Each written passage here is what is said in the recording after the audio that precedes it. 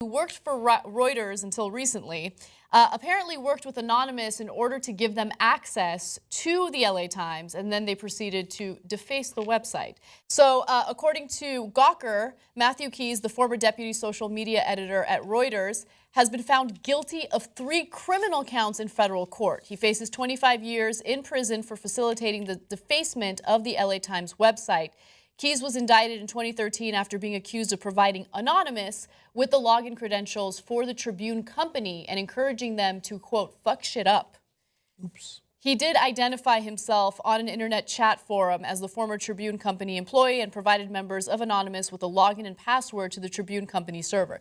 Now, the craziest part about this is the defacement that they're talking about was honestly an article. And it was one funny, nonsensical thing that they did. And for some reason, prosecutors are going after Matthew Keyes in the most aggressive way possible. So let me show you exactly what they changed. It was one article.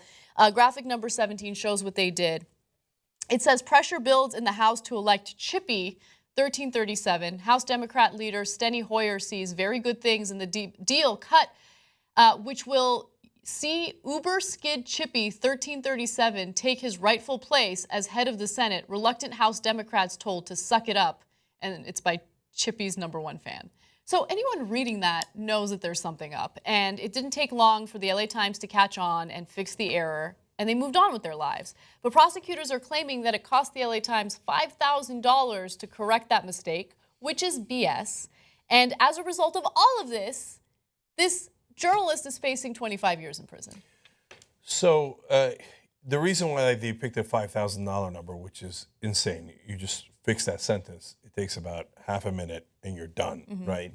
And is that 5,000 is the minimum in order for him to press this. There was a question. There was a trial about whether he had given them the login info, and the jury convicted him. So they thought he did. Yeah. That he's guilty of that.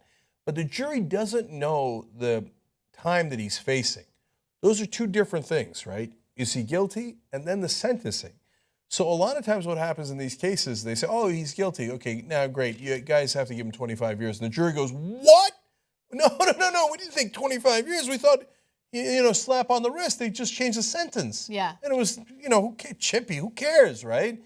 Besides, this Steny Hoyer's in the House, and he would have nothing to do with the Senate. Any LA Times reader would know that, okay? So, so that's the underlying problem, right? And what they're trying to do is they're trying to send a message. Don't mess around with anybody like this, because then we'll come after you and lay down the law.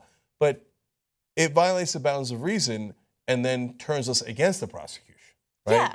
If you say, hey, don't mess with my website, hey, I got a website, I hear you on that, brother, right? If you say he broke the law, I hear you on that. If you've proven that and they have, okay, that's it.